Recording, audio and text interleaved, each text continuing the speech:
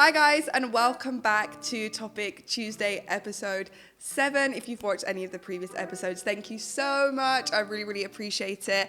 And today I'm joined by the amazing Imogen, who I'm so excited to have here. How are you? Excited. I'm sorry if you just heard my little girl in the background while Lucy was talking there. I have my 3-month-old with me, but hello, I'm so excited. Thank you for coming. No, honestly, thank you for having it means me. so much to me. Yes, Oriavella is here with us today. Imogen's brother Hugo has joined us as well, which is just amazing and a huge help. So shout out to you, Hugo. Thank you. I love that. And I'm just so excited to have Imogen here, especially since I've also entered the mom space, because I honestly watch Imogen in awe. I genuinely don't know how you juggle 2 babies, businesses, a healthy love life. You're amazing. No, you're doing it all. No, but the 2 babies things just blows my mind. But still, I don't know how you do it. You can have 1 and it can feel like 3. Well, that's how it feels like. Yeah, but it's all relative. And I feel like 1 to 2 for me, being honest, I know we'll speak about this, but I feel as though you just do it. But I feel as though you know what you're doing. You feel more confident as in your parenting. Yeah. And I just feel like, as a mum, you just do it. You have this fight or flight instinct where you're like, it's like birth. Yeah. Let's be honest, no one's enjoying it. You're like, oh my God, I know this is going to be painful. But you just do it because you have this reaction of like, I'm doing this. Yeah. I don't know, I don't know. I still but watch you and I'm like, wow. You. So like at the beginning of my podcast, I just like genuinely our guests to introduce themselves because I just want you to tell I pretty much feel like a lot of the audience will probably know who you are, but I want you just to introduce yourself in your own way. So who are you? Okay, brilliant. My name's Imogen. I've been doing YouTube for about 7 years. I started off as a YouTuber. Well, I didn't really start off as a YouTuber. I had this blog that was awful. But then I went over to YouTube and then, yes, I am a mum of 2. I have my 26-month-old. Oh, she's 2. Once they get past 24 months, it's 2. I have my 2-year-old and obviously my 3-month-old. I have my husband, Spencer. And yeah, that's pretty much me. I trained in London as like a musical theatre person and did my degree and then came into the world of social media. So you would describe yourself as like a full-time mum, which I feel like you really embrace the mom and the mom content and a content creator alongside, and you really merge the 2 really nice together. Thank you, but I feel like I feel as though I feel guilty to my old audience because I've definitely changed. I feel that too. Yes, like life's changed. I used to do Pretty Little Thing, Boohoo hauls. Makeup. That was me, and makeup. Yeah. And now who has time? No. I did my makeup on the train today, and this woman was so nice. She was like an older lady. She was like, I've got so many tips from just watching. I fully beat my face on the train. I was like, whatever. Powder everywhere. Because Oriavella was asleep and I was like, wow, I actually have time to do my makeup. Yeah. Because normally it's just a bit of liquid highlighter, some concealer, and I'm good to go. That is the thing I felt too, like just doing content creation and being on social media, like. But even when I fell pregnant, I struggled a bit because, of course, a lot of me was like lifestyle, fitness, traveling loads, fashion. And then I was pregnant and had a hideous pregnancy where I was like bedbound, comatose. Were you? Yeah, I was super ill. Because really I met you at the Kylie event, didn't I? Yeah. But I'd seen you already on TikTok. And I remember when I left there, I put 2 and 2 together because I watched your video. Thing. Yeah. And I was like, wow, she's amazing. You were stood up, weren't you? Yeah, stood up. Pushed him out like a rugby ball. Amazing. But babe, I couldn't sit down. We'll talk about this. Yes. Did you have it all in your back? More than you can ever imagine. Oh, no, I know. Yeah. Oh, you had it all in your back. With both my babies. Yeah, so and I couldn't sit down. It's in your back. Yeah. And your back passage. No, I without felt like, being too vulgar, it's there. I felt like labour to me was pushing your baby out your butthole. Yeah. Oh, yeah. Same for you. Yes. Yeah. Yeah. So I didn't feel anything here. Not one thing. I couldn't. So the reason why I stood up, because I was exhausted. It was a 3-day labour, but I couldn't sit down. And you couldn't go on their balls. I love it when people bounce on their balls, and I'm like, I couldn't bounce on that ball. I couldn't go in the water. No. I couldn't lay down. No. I couldn't. Did they offer you the water? No, it was all too late because I went into basically pushed at the last minute. Long story. Amazing. But I do find the whole mix of like content creation. You want to look after your old audience, but it's not your life anymore, and it's so difficult hard. And did you feel like you lost a lot of like? Yes, and gained. So and gained. Yeah. But it levels out, doesn't it? So I did lose a lot of people because I had a younger audience because I did videos with my family. I did challenges. I definitely had a makeup audience, and I had a story time audience, and I lost that. And it was a transition for me, and I felt like, where am I? Where do I fit? Where am I now? And I feel like becoming a mum is just an incredibly amazing thing, but also you do feel lost. We were talking about it earlier, like you feel lost in the sense of, what do I wear now? Who am I? Who is Imogen without, because to me, I'm just Oriabella and Renalia's mum, Spencer's wife, but I'm also so many other things. And I think when you start finding your own things and getting back to finding you, it's so important. It's so important. And yeah, me and Imogen were just talking just quickly, like, well, I feel like, again, we've done a podcast before the podcast, but we were just talking about like how, basically, this whole podcast with Imogen, I really wanted to speak to Imogen about this because I feel like, especially on social media, becoming a mom, transitioning into that space and having a baby is not talked about enough in the sense of what goes on behind the scenes, especially when it comes to people who content create. I feel like it's our responsibility, well, for me, I don't know how you feel, but to be really raw and honest about it, because, for example, when I had Ziggy, I struggled more than I think I've ever even let off to. Wow. I completely lost myself, had postpartum depression, the worst anxiety I've ever had. I think that was a lot to do with his allergies and stuff, though. And I felt alone. But it's so common. But it's... And then no one talks about it enough. As soon as I started talking about it, it's like people came out the woodworks and started messaging me being like, oh my God, me too. And I was like, but why aren't people talking about it? Because it's so real. I know. And I think part of me feels like there's I don't know. I feel as though people don't want to share because maybe they then are I don't know. Yeah, I feel as though in this country as well, we're so stiff upper lip. We're quite cold as a country. We're known for that. I know there's a lot of warm, loving people, but we're known as that in this country. And I feel as though being open and raw, I've always been open and raw. I've always shared my lows. I've shared a lot of lows and I've shared my highs. And opening myself up to that has caused quite a bit of people being like, oh, here she goes, always crying, or here she goes, always moaning. I'm an extremely positive person, but I feel as though I love it when someone goes, do you know what? You're not alone. I'm with you. Or I can help someone else feel not alone. And because like we spoke today, and I guess it's nice to be close. And also, I don't like the fact that you receive that, like, oh, there she goes again crying. Like, crying is so healthy. It's shedding energy and emotion. Like, I cry since having Ziggy, not before Ziggy, since having a baby. I cry all the time. I could be even having a really good day and somehow I'll cry because I feel like now as a mom, it's unleashed such a new side of me and it's alien to my body. So the only way sometimes I feel to figure it out is to cry. But why as a society do we put that down to like a negative thing? Like for me, I'm like... What a beautiful thing to be able to show your emotion. What a beautiful thing to feel. Exactly. Like I've always been a crier. My mum said when she was younger, she used to get called waterworks. She was called like always crying. And my family are very loving and very open. And I feel like we feel that. Yes. Yeah. And I feel as though being open and being emotional, I've always struggled with people thinking like, I don't know, when I was at school, I felt like I never fit in.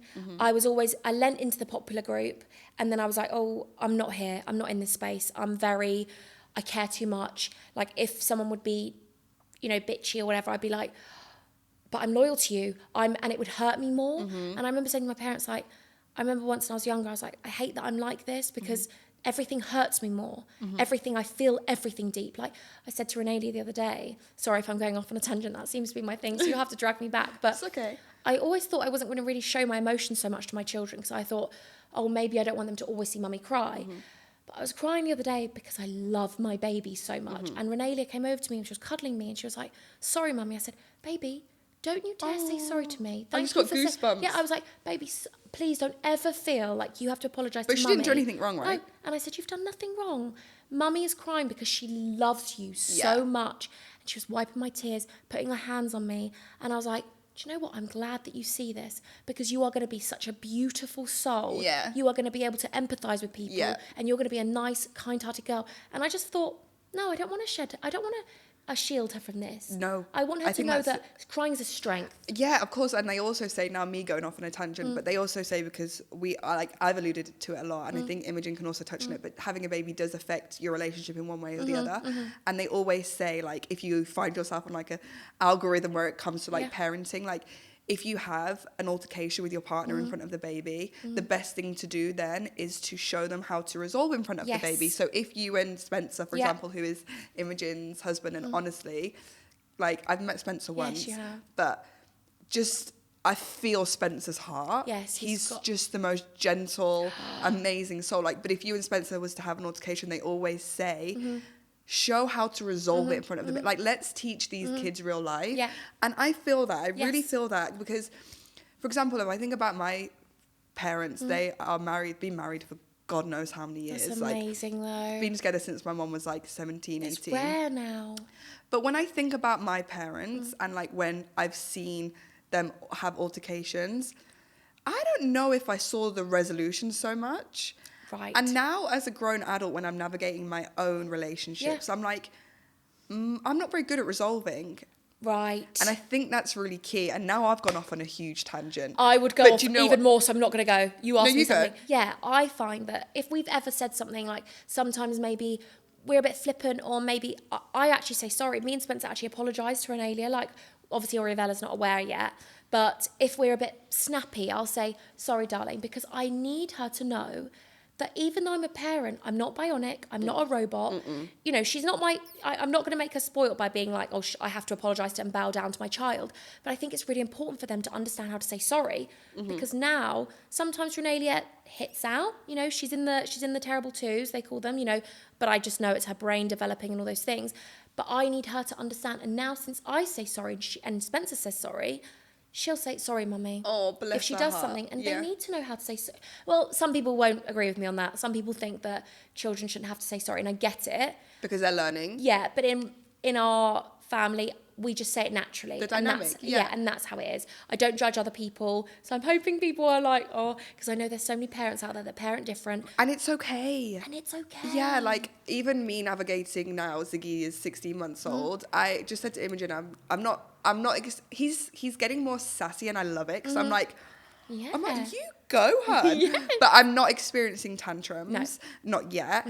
But like how I deal with it moving forward, like I'm not gonna lie, I'll just learn off the cuff because like I really don't really know what to do. But like how you do it and how I do it and how it's okay. Like let's not judge other parents for how they parent because it's their child, it's their environment. Everyone's home environments are different. So yeah, I just really hear that, and I think it's just as parents, it's just healthy to be real and raw and teach kids like mommy and daddy might bite at each other, but mommy and daddy are then also going to say like kiss and make up, you know, show that affection. I think it's really important. And that was a huge tangent, but I guess we're just sorry, I could go even more, but I'm not going to. So first thing I wanted to ask you about, because lots of people wrote in, and I will touch more on people's excuse me, sounding still bunged up, by the way. Me too. What the hell? I will touch on people's Topic Tuesdays to get Imogen comment on them in specifics. But I just wanted to ask you, one thing that I feel like I struggled with the most when having a baby is my mental health. I just alluded to Imogen off the camera, like it was really bad. Did you? So, with Renalia, never. I felt as though I had anxiety because I was like, oh my goodness, I've never loved anything as much as, you know, I love Spencer more than anything in the world, but the love you have for a child is a completely different love. I love Spencer the maximum I can love him, and I love Renalia and Oriavella the maximum I can love them. As a mum, you know, I'm not his mum, I'm his wife, so it's very different. But I feel as though with Renalia, I can't remember the hormones being as they didn't drop as much as they did with Oriavella. But I feel like I did tell you earlier, I was tandem feeding. So I fed both of the girls for a month. It just happened that way. I never planned it. I never thought that would be my truth or my reality. But I always thought Renalia would just self-wean, but she never did. And she did in the end. But she completely self-weaned at 2. She was like, Mummy's, that's baby's milk. And I was like, thanks, hun. She left me with mastitis, which I was like, thanks, hun. See you later. Love you so much. I'm leaving you with that passing gift. But I feel as though the hormones with the second baby for me dropped loads. Oh God! Don't tell me that. No, but I said to Spencer when I was pregnant, I was like, I'm just pre-warning you. Apparently, with the second baby, the after pains could be more. You know, my hormones might drop. I could experience postnatal depression. My mum did, and it's genetic apparently.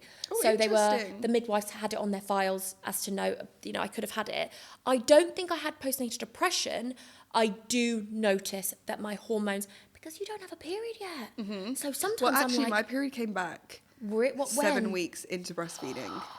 I couldn't believe it. I was like, nah. Really? I was like, you have to be. Mine and they came back with a 6 months later. Okay. But I don't know with Oriavella when they'll come back. But honestly, I can feel my mood drop, and I get quite Right. angry. Anger. The anger of me. Like, I feel this, like, pent Purge. up, like... Yeah. Yeah, but I actually filled out this thing last night, and that's really common for PMS and PMD and whatever. And I get it. So before, when I was younger, this is going off massively on a tangent, but I understand my hormones because when I was younger, when I was like 16, 17, I've tried different pills. They never worked for me. They never worked for my mum. And my mum always said to me when I was younger, I used to have these boobs that would swell up. Huge. Yeah. But I had small boobs, and then they'd swell up the week before my period.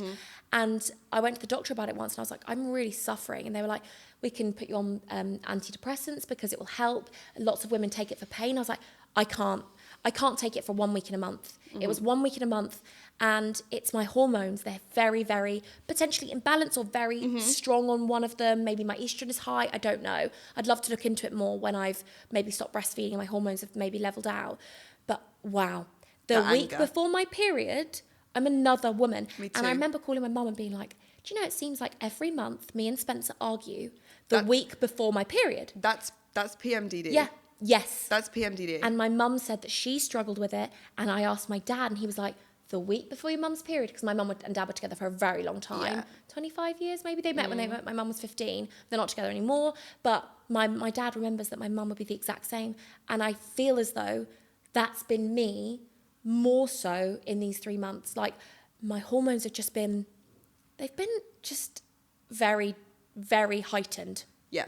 So I'm running on adrenaline, and I'm constantly, wow, this is amazing. And then I'm like, what about the mum guilt? And the guilt comes in, and I feel low.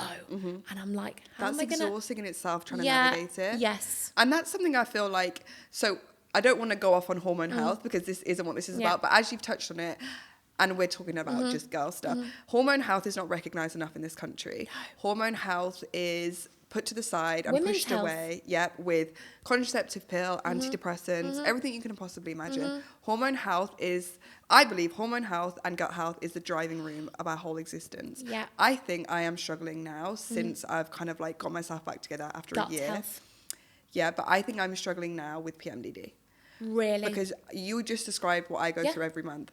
I can't seem to hold a conversation with Steph without crying or getting angry. And it could be over toast. Yeah. I can't pull myself together.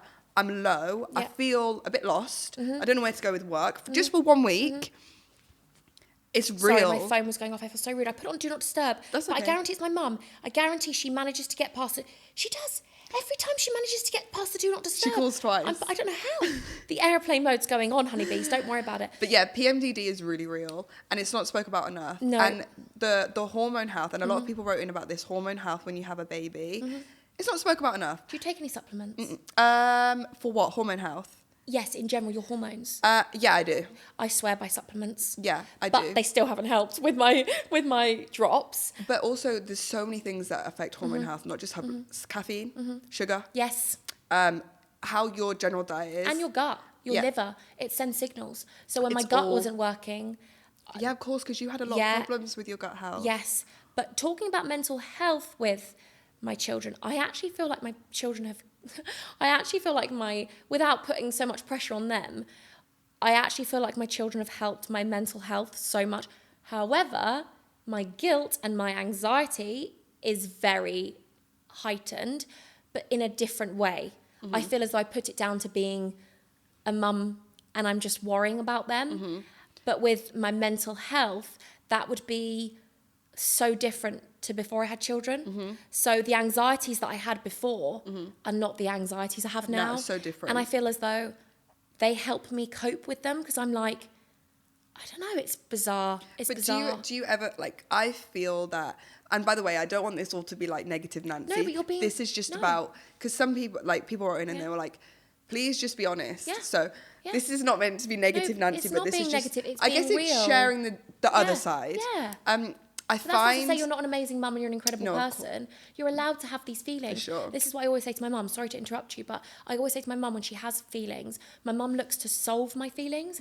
And I say to her, you don't need to look for a solution. I'm just having a moment. Sharing it. Just tell me that they're valid. Yeah. So now sometimes my mum gives me her, you know, if she's feeling low about something, I say to her, do you know what? Your feelings are valid. We're allowed to feel these things and also feel happy at the same time. But do you ever feel like the anxiety of being a mom and the guilt, it becomes a bit exhausting? Yes. Like I can't switch off. But I feel like I've always been that person. Were you that person before? No. So it's probably harder for you. So I'm like, sometimes I'm like, I don't recognize myself. Like, I don't know how to deal with this. Like, I say to Seth all the time, I'm like, because men is so different. When they go to sleep at night, they go to sleep at night. For me, I go to bed and I'm like... And they can just go. And then sometimes I'm like, the intrusive thoughts come in and the anxiety. And I'm like, it's just sometimes exhausting. And I think because I went into pregnancy and having a baby so naively, and I didn't really have a clue what it was all about, that all these emotions and things hit me all at one time. And so for the first year, I was just like... Imogen, some days I was like, I can't do this, man. But you've done it. Look at where you are now. And that's a mom. But that's a mom. Exactly. That's the definition of a mom. But you just do it. So many people... I honestly believe if whoever's watching this and if they're a mum, they will feel exactly how you felt. I know everyone and will. how I felt. You know, because it's we so all relate. normal. I think because I've always been such an anxious person. Interesting. From literally... From when you can get-go, remember. Yeah. All of my family are anxious, like all of us. Okay. So my dad's leveled out now since he's got older, but my parents were both fostered. They didn't have anyone around them. Oh, so wow. they had extremely I think I knew that, difficult actually. I don't know childhoods. why Yeah, I don't know why I'm acting you. surprised. I think I know that. But they had extremely challenging childhoods. I feel as though maybe we got some anxiety from them, or just that's in our genes. And it probably was so much harder for you because you were probably a chilled person before. I just lived my life a lot more. I want to use the word carefree, probably selfishly. Yeah. It was just, and I've always been hyper independent. Like, and then I had a baby and I was like, it's like someone took my world, flattened it with a base bat, and then was like, rebuild it. Yeah. But they while say, struggling, like... take 2 years for a woman to get back to where they were. 2 years. So I'm almost there. And I've had another baby, so I've got another 4, haven't I? No, but I said to Imogen off camera, like, it just... I mean, it might not, but from a viewer of yours, it looks so natural. It's like you were made to do it. And it's like you were made to be a mom. Do you know what? That is the nicest thing. That is genuinely the biggest compliment anyone can give me. Like, I don't care about materialistic things. If you say to me, I look pretty, I don't care. Honestly, that is the biggest compliment. Yeah. And I know this sounds silly, and I feel as though I might offend people saying this. Honestly, I genuinely... People be like, well, that's not your only purpose. I genuinely believe my purpose was to be a mum. I feel that too. I know that sounds so weird. No, it doesn't. And I feel like I'm going to offend people, and I worry about offending people because I feel like people are going to it's be your like, oh, truth. but that is genuinely, I feel like it's my greatest talent. I being would agree. a mum. Yeah. I honestly, and yeah. And I said to Imogen off camera, I was like, you're going to have more kids? She was like, I want loads. I want a dog. That's when you know you're born to be a mum. She's like, I want loads. And I was want like, as many as I can physically be blessed with. Because you don't know as a mum. Yeah, you just don't know. And I'm there struggling like, I can't even do one. Like I would love more because I know how amazing it is to have siblings, and I don't want to deprive Ziggy of that. But I think I would have to like... Yeah, but find all in good time if that's what you want. You know, I think there's a lot of pressure on everyone. I definitely want Ziggy to have a sibling. That's what I want. But I'm like, the first year for me was such a challenge. And honestly, I didn't know if I was going to get through it. I'm like, how do you psych yourself up to do that again? Because I had a pregnancy and then I had a postpartum mental recovery. You're so close to your sister. Yeah. And that's such a beautiful thing. And that makes me feel so good about my girls. But don't feel like that. What I'm saying is, how are you and your sister similar, but also different? Yeah. And I bet raising you was completely different. Yeah. So just know in your head that you will have a completely different experience. Well, babe, if it's... You will. If I get it harder than raising Ziggy in the first year, then... I don't know. It can't but be. Also, having an allergy baby. You might have another... True. That's so... different level. And someone wrote to me about that. They were like, having a allergy baby with eczema is probably one of the hardest. So, and you've done it. And you're doing it. Well, yeah, thank God. And so if you ever had that with your second, you'd know how to navigate it. I said that. I was like, it can't get harder than that first. Well, I was prepared for Ariavella to have a tongue tie. So I was like, listen, I've done the tongue tie. I had an oversupply. I had a heavy flow. I had a really extreme letdown. And she had such bad reflux. And the tongue tie didn't get cut for 6 weeks and all these things. And then we struggled after that. I was so expecting. I was like, bring it on, because I'm going to be prepared. Do you know what to do? She didn't have a tongue tie. So, and isn't it so, like... Yeah. Isn't science mad? Yeah. And they're completely different babies. I know. I mean, she's I know so I'm in a chill. regression now, and she's not sleeping now, but, you know, it was unheard of that she'd slept through the night for so long. And I didn't have to wake her to feed because she was growing so much anyway and drinking. And her and Renalia are just different. And you will have a completely different child. And that's quite exciting in itself, isn't it? It's a beautiful thing. That is quite, and I think probably that's what gets you, like, because you had good pregnancies. Yeah. Yeah. Yeah. They both measured small. So I had to go for growth scans. But they weren't. They were small to be born. So but then now, I would say, is like... She was £6.3, Renalia. But Oriavella? £7.2, £7.2.5, yeah. Is that not like? Yeah. Is that not just an average? Yes, she is. Yeah. She was. They told me though she was going to be £6.6. Okay, so they were both.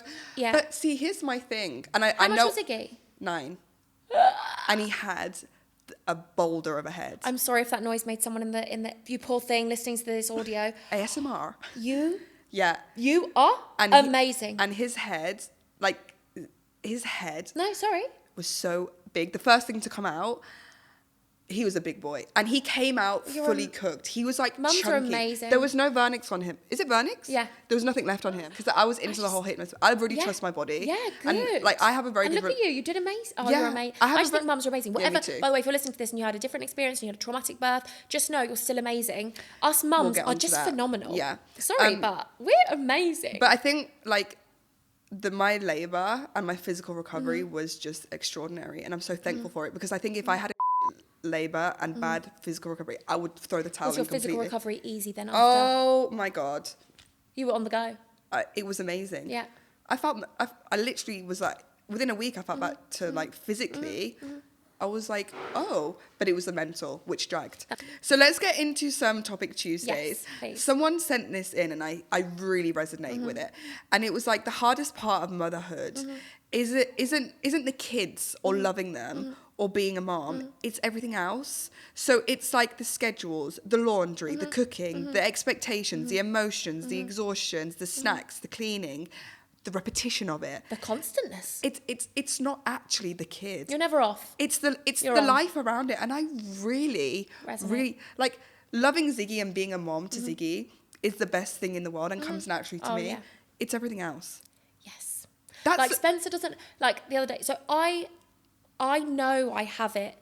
I'm very grateful that I get to work at home, but that's not also taking away from the fact that I do still work. I went back to work 2 weeks postpartum with both of the 4 weeks probably with Renalia. But yes, I'm privileged. I do social media. That doesn't mean I don't work hard. I work as hard as I physically can.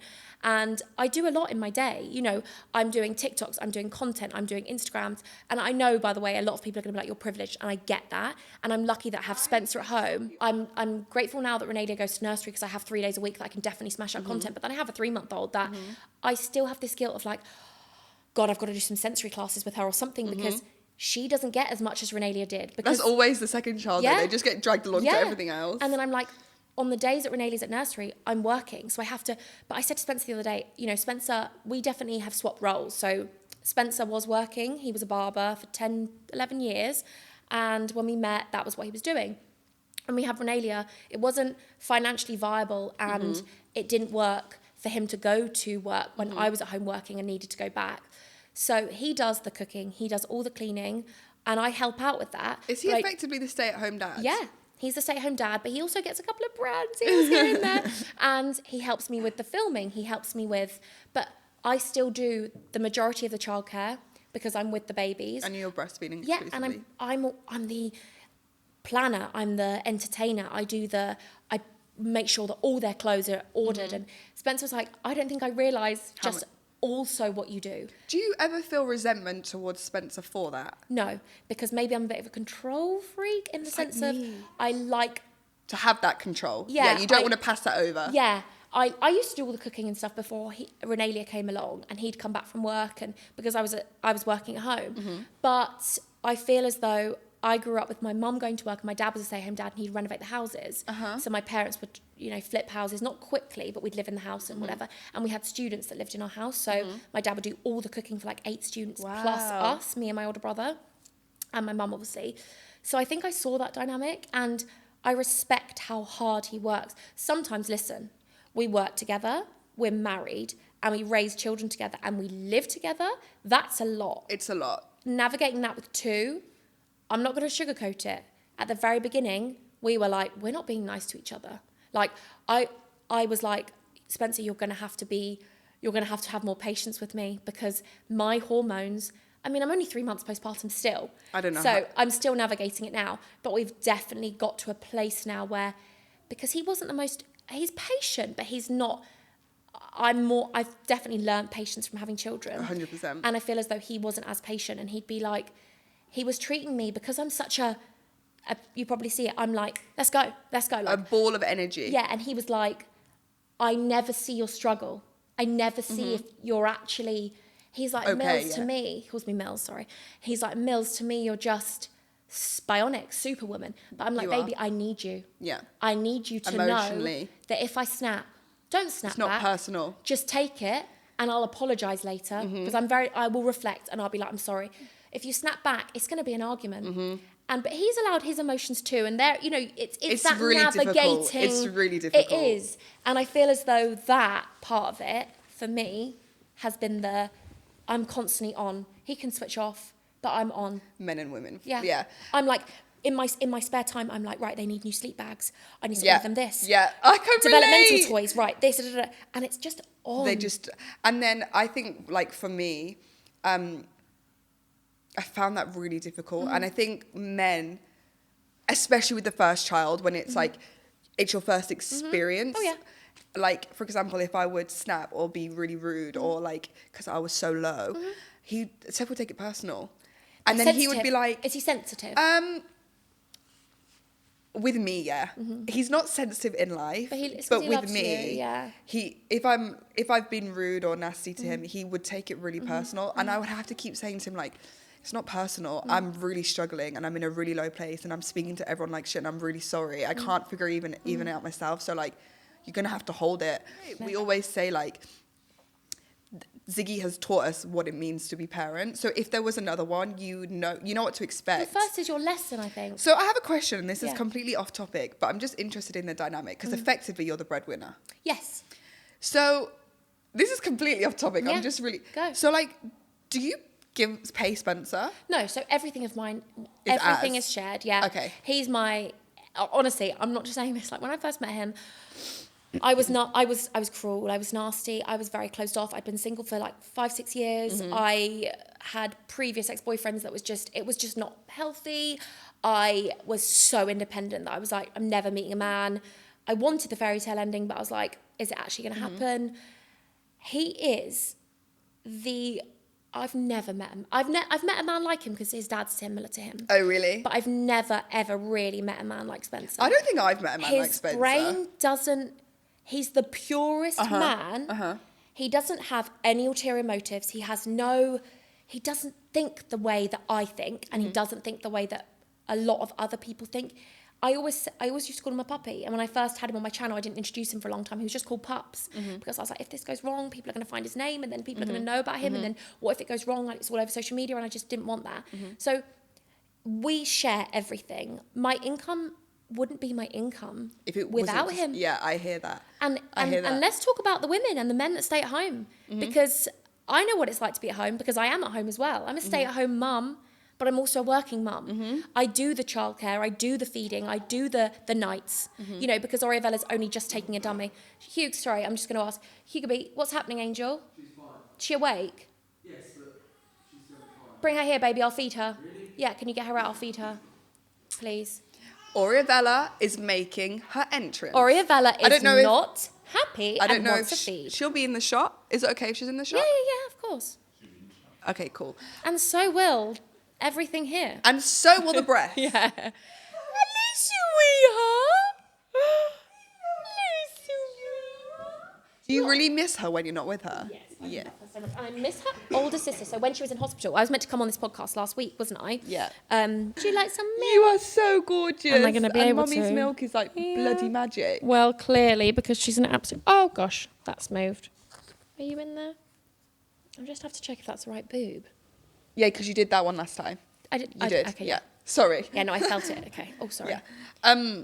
Have some milk. That's really nice of you to speak so clearly and like. But yeah, let's put like, normalize the stay-at-home dads. Yeah, because so many women at home feel so unappreciated because they feel like they don't do the 9 to 5, they don't bring the money in effectively. The amount of money that I'd have to spend of childcare and also I'd have to give up my time of being with my babies. Yeah. You know, okay, the house can be messy. Yeah, okay, cool. But if Spencer was going to work with his job, financially, what he was earning, I'd be spending in the childcare. Whereas rather I'd have my husband at home with me. And yes, it's a privilege. Yeah, it is. It's lovely. It's a massive privilege. But he's the stay-at-home dad. And it's amazing. And effectively that forms like a little rock for you. Yeah.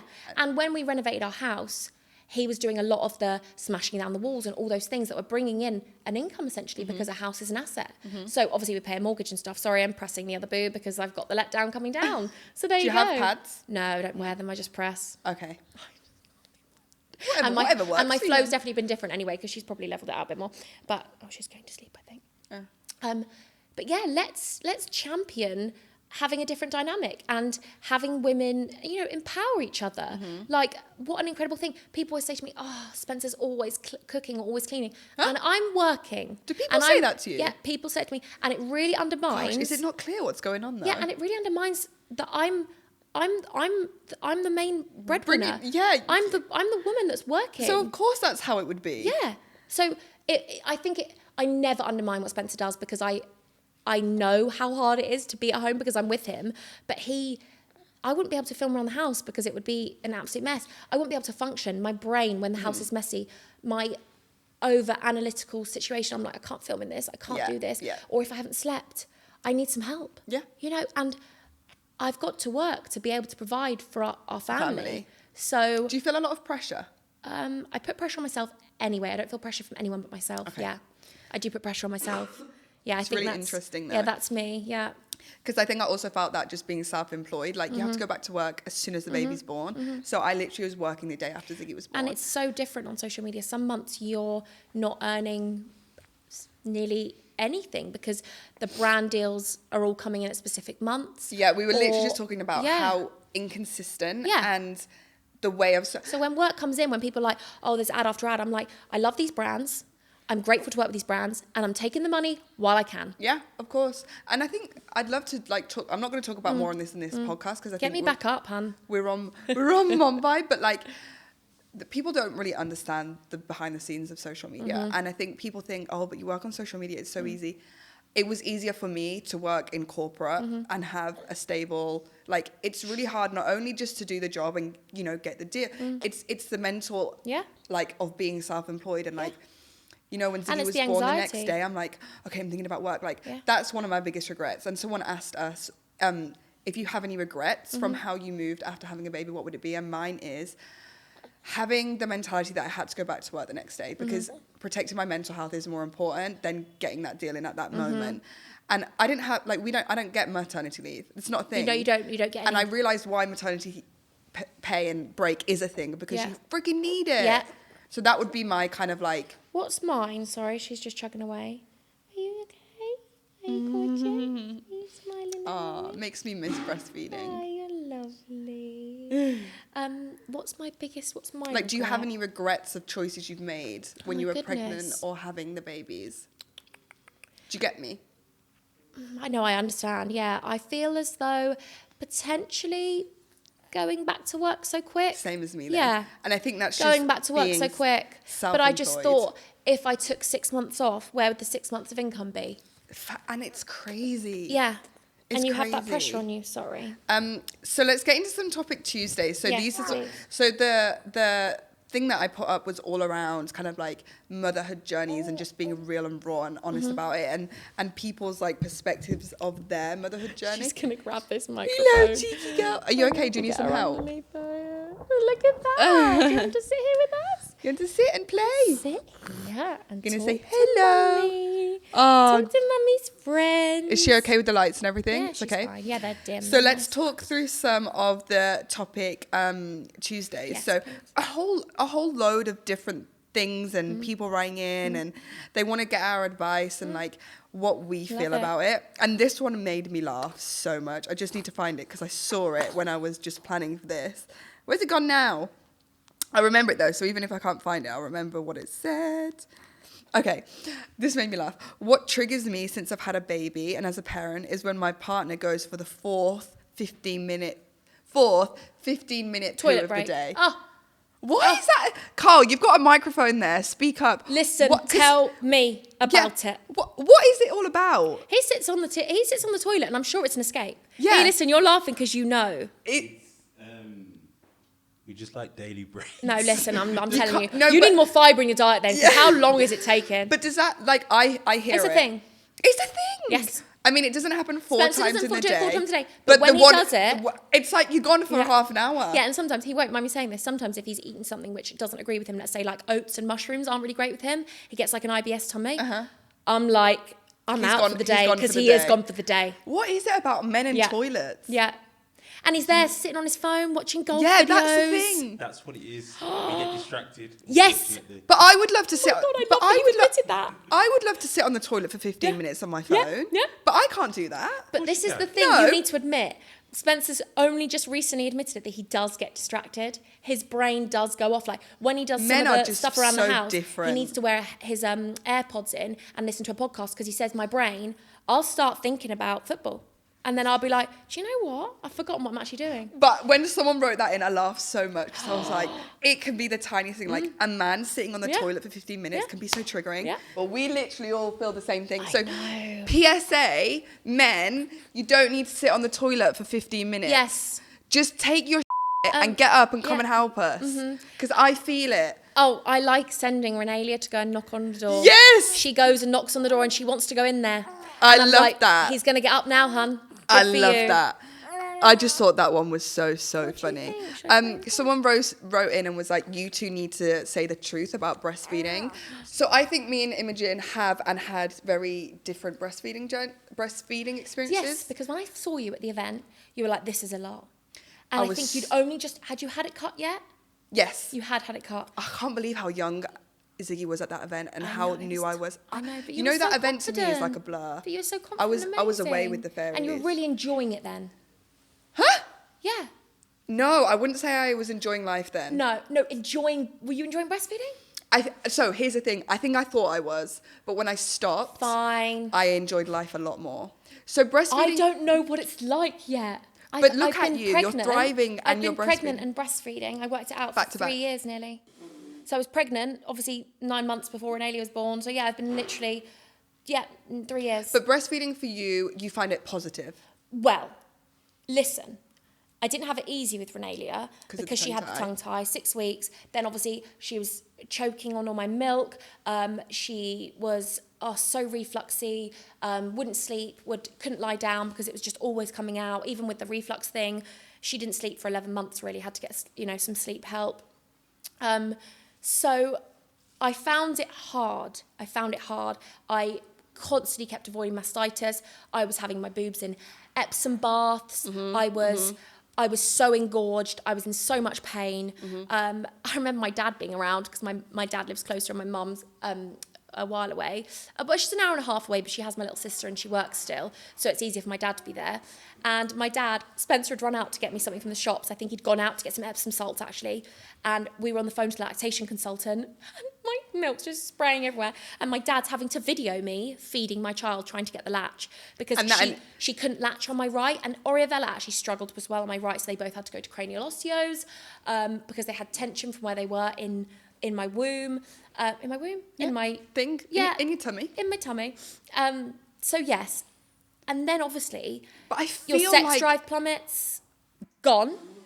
But I feel like I was a raging horn at one point. Where's that gone? yeah, no. But I feel like from a viewer of yours, it's you still thrive while doing it. Yeah. Whereas okay. for me, again, this is where I feel quite not angry at life, but like I'm like, why did no one tell me the truth about breastfeeding? Because breastfeeding to me was harder and more painful than labor. Wow. I cried for the first 2 weeks of breastfeeding when Ziggy was tongue-tied. I have never been so low. I was in the most excruciating pain I've ever been in. Wow. I had to literally sit there Yeah. and hype myself up. I would be like a rocking To cycle. latch, and you were scared to latch because you're like, it's going to hurt. And I would be like in so much pain and I would cry so hard. And the whole time I was feeding him, bearing in mind it's the first 2 weeks and they're like cluster feeding and he's like obsessed with my breast. I got you. I know that. I feel like I put a lot of pressure on myself to do it, and I did think it for women do, and that's what I would say about breastfeeding. and it takes and I don't think there's enough support. And me and neither. that's not the NHS's fault. It's because it's so underfunded and so understaffed. And also, like, don't be pressured to breastfeed. No. Because I will be honest, I love the fact that I did it for 7 Yeah. months, and That's amazing. and then Ziggy got that goodness of me. But Yeah. in reality, like, as long as the baby is fed and happy, and you are happy as a mom, that is what's more important. And when the day I stopped breastfeeding, It can really affect people's mental health. it did. Yeah. The day I stopped breastfeeding, when I did it a bit crazy. Yeah. I just cold turkey. Yes, I remember watching stories. Then, like, 48 hours after, it was like, Wasn't he a different baby? He slept, didn't he, or something? no, I was a different human. Like, it's the first time I looked at Seth and I was like, oh, you're really attractive. Wow. It's the first time I was like, oh. I'll let you Hans know how the sex goes when I'm off. Thanks, when I'm babe. off breastfeeding. But I was like, oh, life can be a good place. Mm-hmm, It made me really miserable, and I don't think I realized how Right. miserable it was making me. So that's the truth, my truth about Mm-hmm, breastfeeding. And that's not to say if I had another baby I wouldn't do it, because I think I would, because I love the natural aspect of it, but the pressure won't be there because I know the truth about it, and I know how just being a happy person is Yeah. more important. Well, being a mum that is Functioning and happy. functioning and happy is way more important than, listen, fed is best. If you can breastfeed and you want to, wow. Amazing. And, you know, for me, again, this time, been a dream. Oriavella struggled a little bit on my right. I got some help. It was just because of where her neck, she needed some bodywork stuff. But again, reach out. My friend has put so much pressure on herself. It's her second baby, and it's 11 years later for her. Oh, wow. So she had a baby young, and she's done incredibly, and she's breastfeeding. And I said to her, Shah, get some help.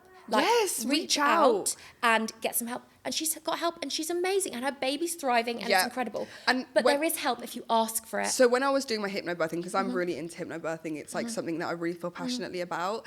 Same, it's the amazing. Mm. lady who hypnobirthed me, she was like, book in your lactation support When you're pregnant. before you have the baby, so it's there for you Mm-hmm. if you need it. I didn't, but Mm-hmm. I now know why I should have.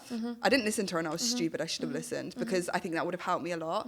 And I didn't know about tongue tie. So I thought this Neither was did I. life for the first 2 weeks. And I was that low and in that much pain. My mom called a midwife. She was like, you have to come and see my daughter because something's not right. And the midwife came over and she looked at me and she was like, I don't know how you've been doing this for 2 weeks. I did it for 6. I've got you. I know the pain. It was so bad. It's so, yeah. Yeah. So it was like Renalia's tugging. is still tight now. Renalia's is still tight now. We had to get it massaged for we had to get it, from. It's really bad. It's, I honestly, even that you did it for 2 weeks, even that people did it for 6 3 days, weeks. it's so painful. So please, I think that's The fact probably... that you did it for 2 weeks and still persisted with it because it's so hard. I know. The But pain. when he got it cut... It's like it's like glass. It's like, I don't know how... All I can describe is like, imagine... I don't know how... You can't describe it. You just have to go... But that's something that I would say. but I don't think my mum didn't really. So looking back, she now thinks that some of, maybe some of my siblings had a tongue tie. Because they struggled with their solids, they struggled swallowing, she struggled with feeding, she would always get mastitis because, they wouldn't be able to drain it properly. And, lactation consultants are a privilege because they are expensive, but they have them on the NHS. So if you really ask for help, I went to the NHS, they have like breastfeeding cafes and they come round, they help with the latch, you can do different positions. And do you know what? I know there's so many people in this country and this world that don't have the confidence that some people do have.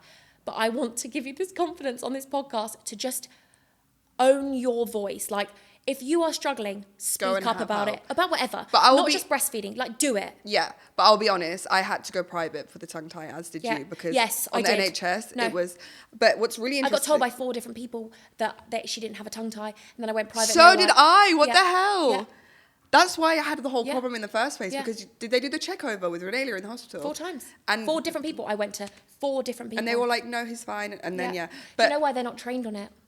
They're not problem. trained on tongue ties. But then the It's not their NHS fault. is so under so much Yeah. pressure. Who are we to say like, oh, you're not trained Oh, enough? Like they're all yeah, just it's trying to not stand on their 2 fault. feet. Yeah, it's not their fault because a midwife turned around to me and said, "We're not being trained on it. We're not being helped with it." in consequence of fault. that, a lot of moms are struggling. Yes, I in the think most vulnerable if there was time. more support, It would relieve a for pressure tongue ties, other ways. mums would find their breastfeeding journey easier. Facts. and they'd have more support. But I do think tongue ties are like genetic, hereditary, Yes, it because is. when I went to, the woman I went to get Ziggy's tongue tie Have you got one, cut, or has Steph. Spencer? She, when we walked into her, she was amazing. She was like tongue tie guru. I said, hi, how are you? And Steph was like, hey, how are you? She was like, oh, so you've got the tongue tie. We were like, and Steph speaks normally. He doesn't. Wow. And we were like, how do you know? She was like, I've been in this game for so many years. She didn't even look at his tongue. It was like, oh, it's from you. I was like, what the hell? It's Wow. crazy. So just, I think with the breastfeeding thing, to any moms coming up, just be so sure that the tongue is okay. Because I if was you do want to naive. breast, me too. Me But and you don't know any Spencer, different. I just kept saying, I just hope she latches. I just thought it was going to be a case if she latches or not. No, it's there's not so about much more latching. into It's it. about so many other things. Your positioning of the latch, tongue ties, flows. Honestly, yeah, like getting their body relaxed, because you know It's they're in this position for however many months, It's and really then they come out important. and they have to be all relaxed and latch, and you know it's just It's crazy. Yeah. Bladder control. How's yours? I've got a hypertonic. So I recently filmed on my YouTube. I thought it would be a good thing. I think a lot of people were a bit like, why have you done this? But I filmed my pelvic floor checkup, and I basically, you know, at the 8-week checkup at the doctors, they literally just say to you, contraception. I didn't have that. Well, all they ask you, baby, is for the baby mainly, and then they just ask you what contraception you're going to go on. Well, I knew after an Alia. Isn't that crazy? Yeah, because we've just gone through all this. Sorry, but my views on the contraceptive pillar, like, is a whole new podcast. Yeah, but in general, like, shouldn't we get it looked at down there? Like, shouldn't it be looked at? So did you go private to do this? Yes, and she's amazing. Her name's Claire Bourne, and she's incredible. But I don't know if you can get it. I think you'd have to ask for a gynae or something. I don't know if you can get it on the NHS, but women, So what did she say about yours? yeah, so basically, after Renalia, sorry for the gentleman in the room, but I'm very open and honest, sex really hurt. Okay. After Renalia. Okay. I went to my Like cervical in your smear. yeah. I went for my smear, and that was painful because I was like, oh my God, I've only had a baby like 6 weeks ago or something. Oh my gosh. And I had the smear. And then when they did it, I was like, is it okay in there? Like, it's so painful still. And they Something's were like, not that's right. normal. Oh. Some women just take a while to heal. And I was Okay. like, okay. And then sex hurt. And I was like, oh my God, it never hurt before. I've been with Spencer for so many years and it never hurt. So I was like, what is going on? And I never spoke about it. I was like, is this just the way it is? Like, has it changed shape in there? I was like, honestly, has it, what has gone on in there? Like, and then I went to this amazing lady, who did my pregnancy massage while I was pregnant with Oriavella. And it was only specific positions that it wouldn't hurt in. I was like, this is just... Wait, pregnancy massage? On my back. So Nah, not me thinking that, like... No, she doesn't I was rub you like, in but- there. I was like, I but how mean, did she know it? If How she did she know relieves it? a couple of tension in there, I wouldn't mind it. So As yeah, in, like, outer? yeah, and she did all, like, my pregnancy massages to relieve tension or whatever when I was pregnant with Oriavella. And she said to me, I mentioned to her that sex hurt. She said to me, I think you might be hypertonic. What's and I was that? like, what is that? So basically, hypertonic means that you're always on, so your pelvic floor is always lifted. So the problem with that is it doesn't open and relax when you're having sex. Maybe I have that. So I got it from potentially the trauma of, not trauma, but yeah, going Trauma, through yes, childbirth. childbirth is trauma, Yeah, going yeah. through the childbirth. So what's happened after that is I'm like, ooh. And she said to me, are you a tense person? I said, goodness, I've been a tense person since I was about 2. Since I came out of my mum, I've literally been tense. Yeah.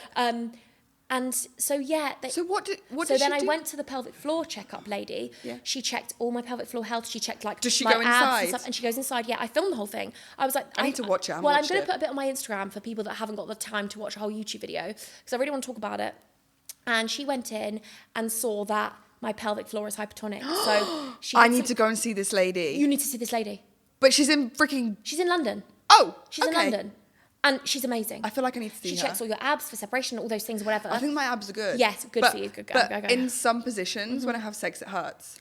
Go and it didn't see hurt her. before. So basically, now what she's given me some. She said as well because I'm breastfeeding, I'm really dry.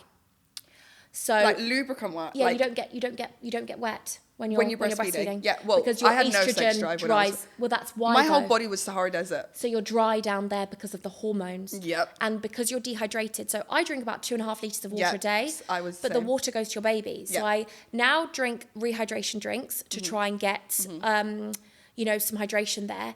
But now I have these dilators that I bought from Amazon that she gave me the link of, and they're different shapes. They're never going to be the same size as a male penis. Oh my God, is it like a... Yeah, they're literally like, so there's one like this, 2, 3, 4, 5, and you have This to is put them fascinating. in with the, so even with, It's like a dildo. in a way, but they don't move. They're like a little banana shape. Wow, I'm mind Yes. blown. And basically what she said is, I have to work up to the bigger one and make sure that I can put something in there and relax my pelvic floor. And she's giving me exercises to do. And it's gonna So then ease I'm it going all. to understand association with something going in and me relaxing. Are you fascinated, Carl? I am. I'm fascinated. Honestly. Imogen, and you she's giving me fascinate me. this vaginal moisturiser that goes in with a pipette. Like I have to pipette it in so that I have moisture in there, because no matter what lubricant you use, lubricant isn't going to go in, and it's never going to give you the So it's like a natural... wetness. Wow. Yes. So, and now, because I'm 3 months postpartum, I still haven't had sex. I'm still scared. And Spencer's I been, hear you. really understanding of that. And at the end of my pregnancy, I was like, let's go. Because it was a lot more relaxed down there. It was Yeah. more relaxed because, your pelvic floor is whatever.